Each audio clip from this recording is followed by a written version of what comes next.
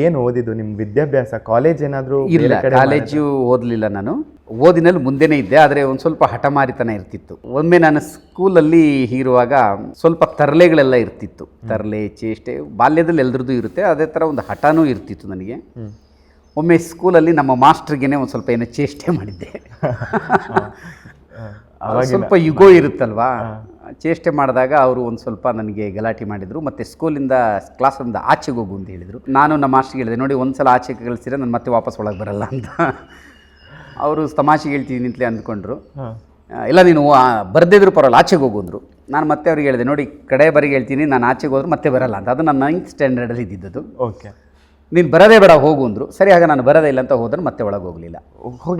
ಹೋಗಲೇ ಇಲ್ಲ 9th last. ಹೌದು. ಅದಾದಮೇಲೆ ಇನ್ನೊಂದು ಮಾತು ಹೇಳಿ ಬಂದಿದ್ದೆ, ಮತ್ತು ನನ್ನ ಮಾಸ್ಟರ್ ಕೂಡ ಅದು ನೆನಪು ಮಾಡಿಕೊಂಡ್ರು. ಯಾವ ಸ್ಕೂಲಿಂದ ನಾನು ಹೊರಗೆ ಹೋಗ್ತಿದ್ದೀನಿ ಅದೇ ಸ್ಕೂಲಲ್ಲಿ ನಿಮ್ಮ ಕೈನಿಂದನೇ ನಾನು ಸನ್ಮಾನನೂ ಮಾಡಿಸ್ಕೊಳ್ತೀನಿ ಅಂತ ಹೇಳಿ ಬಂದಿದ್ದೆ. ಓಕೆ. ಕೊನೆಗೆ ಒಂದು ಕಾರ್ಯಕ್ರಮಕ್ಕೆ ನನ್ನನ್ನು ಸನ್ಮಾನಿತನನ್ನಾಗಿ ಕರೆದು ಸನ್ಮಾನ ಮಾಡುವಾಗ ನಮ್ಮ ಮಾಸ್ಟರ್ ಅದನ್ನು ನೆನಪು ಮಾಡಿಕೊಂಡ್ರು. ಈ ಮಾತನ್ನು 20 ವರ್ಷದಿಂದ ಇವನು ಹೇಳೋಗಿದ್ದ, 20 ವರ್ಷ ಆದ ನಂತರ ನಾನು ಇವನಿಗೆ ಇವತ್ತು ಸನ್ಮಾನ ಮಾಡ್ತಾಯಿದ್ದೀನಿ, ಇವನು ಮಾಡಿರೋ ಸಾಧನೆಗೆ ಅಂಥೇಳಿ. ಸೊ ಹೀಗೆ ಒಂದು ಹಠಮಾರಿತನ ಇವೆಲ್ಲವೂ ಇದು ಮಾಡ್ತು.